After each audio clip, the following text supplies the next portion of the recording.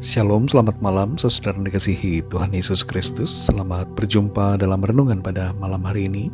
Doa dan harapan saya saudara semua ada dalam keadaan yang baik, sehat, penuh sukacita, dan berlimpah berkat Tuhan. Sebelum kita mendengarkan renungan firman Tuhan, mari kita berdoa. Bapa, dalam nama Tuhan Yesus Kristus, kami mengucap syukur untuk penyertaan Tuhan di sepanjang hari ini. Dari pagi hingga malam ini Tuhan sudah menyertai kami dan menolong kami dalam segala tugas aktivitas kami. Saat ini kami mau mendengarkan sabda firman-Mu. Urapi kami Tuhan agar kami mengerti dan juga taat melakukan kehendak-Mu. Dalam nama Tuhan Yesus kami berdoa. Haleluya. Amin. Saudara dikasihi Tuhan, ayat renungan kita pada saat ini terdapat dalam kitab Kejadian pasal 41 ayat 1, ayat 9, 10, 12, dan 14. Tertulis demikian. Setelah lewat 2 tahun lamanya, bermimpilah Firaun bahwa ia berdiri di tepi sungai Nil.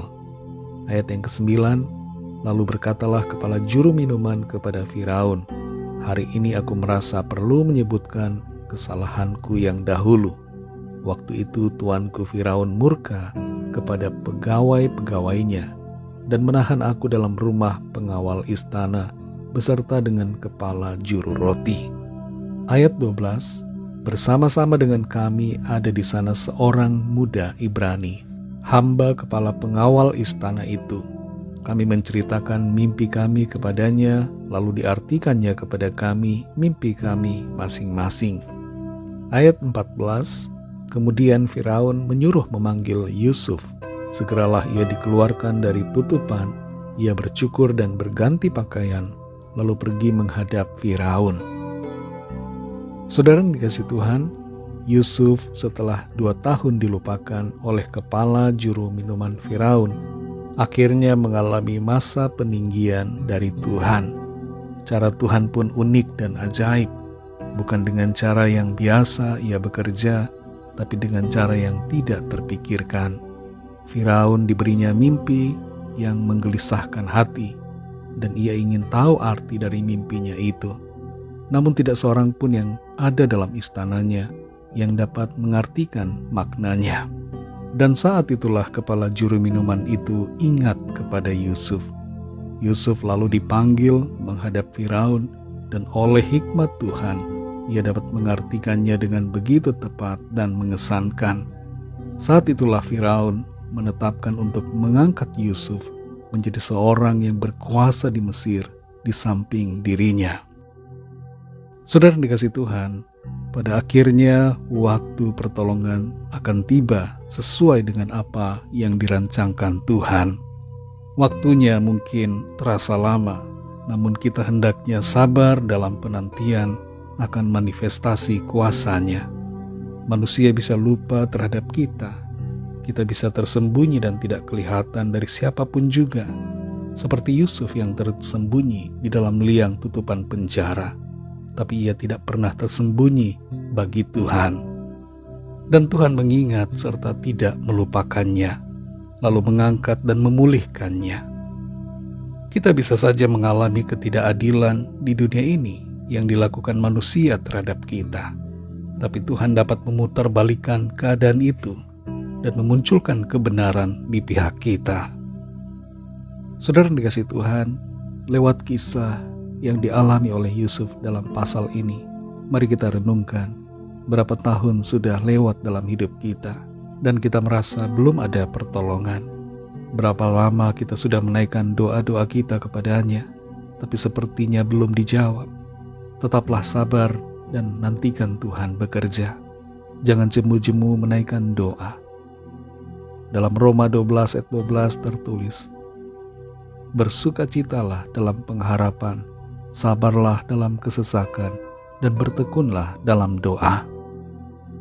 Beberapa rema yang kita dapatkan dari ayat-ayat ini. Yang pertama adalah, bukan tanpa maksud bila kita diizinkan untuk berada dalam kesukaran, tapi itu bertujuan untuk melatih iman, kesabaran, dan ketekunan kita. Waktunya pasti akan tiba, di mana mujizat Tuhan dinyatakan. Sejak Yusuf dijual, oleh saudara-saudaranya sampai kepada hari di mana ia diangkat Firaun menjadi penguasa Mesir. Waktu yang dilaluinya adalah 13 tahun, tapi ia sabar dan tetap percaya kepada Tuhan. Yang kedua, belajarlah untuk menyerahkan segala perkara dan persoalan kita kepada Tuhan dan andalkan Dia dalam segala hal. Dari Tuhan datang peninggian, dari Tuhan datang pertolongan. Yang ketiga, tetaplah rendah hati dan sadari bahwa hikmat yang kita miliki berasal dari Tuhan. Hargai sesama kita sekalipun mereka tidak seiman dengan kita. Firaun bukanlah pemimpin yang percaya kepada Tuhan yang disembah oleh Yusuf, tapi melalui kehidupan Yusuf, Firaun dapat mengenal akan Tuhan. Yang keempat, saudara, jadilah saksi Tuhan sebagai garam dan terang dunia ini. Kehidupan kita diperhatikan oleh orang lain. Perkataan dan tindakan kita mempunyai dampak bagi orang-orang yang lain, sehingga mereka melihat akan kemuliaan Tuhan melalui sikap hidup kita. Mari ingat kembali bahwa Tuhan melihat dan memperhatikan. Tuhan menolong dan memberikan mujizat-Nya sesuai dengan waktunya yang tepat. Segala sesuatu akan jadi indah pada waktunya, asalkan kita tetap setia menantikan Tuhan. Mari kita berdoa. Terima kasih Tuhan Yesus, kami mengucap syukur untuk firman-Mu yang sudah kami dengar. Kami diberkati, kami mengalami kekuatan dan sukacita lewat kebenaran firman-Mu. Kami menyadari bahwa Tuhan tidak pernah tinggal diam. Tuhan tidak pernah membiarkan kami dalam kesukaran, tapi ketika kami diizinkan untuk mengalami berbagai persoalan, maka ada waktunya di mana Tuhan akan menyatakan pertolongan.